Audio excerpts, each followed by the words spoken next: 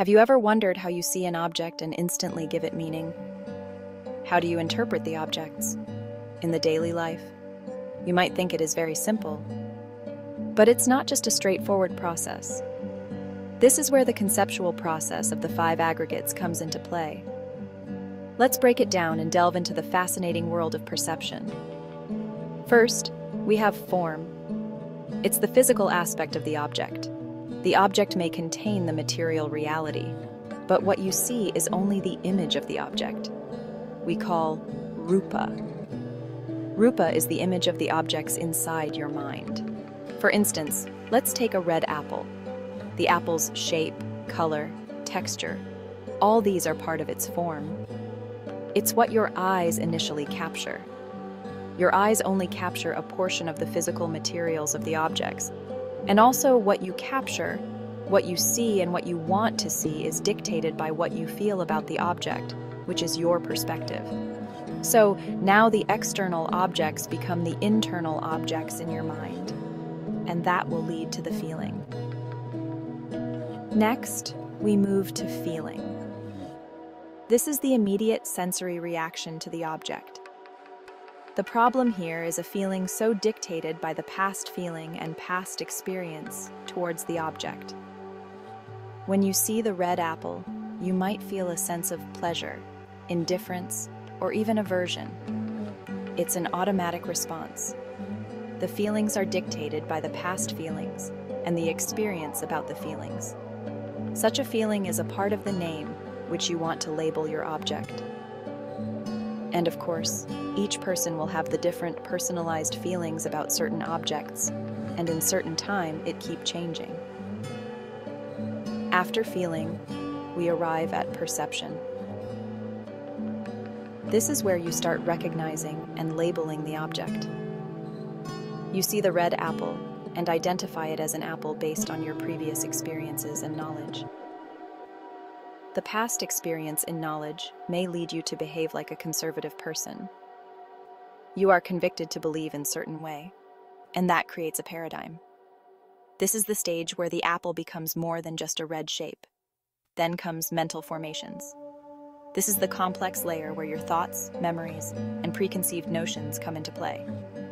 Maybe you remember the apple pie your grandmother used to make, or perhaps apples remind you of healthy eating habits. At this stage, the whole world comes into play. Your mental formation keeps changing. It never stayed the same. It may change from the morning to the afternoon. These mental formations shape how you interpret the apple. Such mental formation gives input to the consciousness. Finally, we come to the consciousness. This is the overall awareness of the object. Consciousness is a king. It dictates the way we think, the way we behave, the way we feel about the certain object or the certain circumstances. It's like the stage director coordinating all the previous aggregates.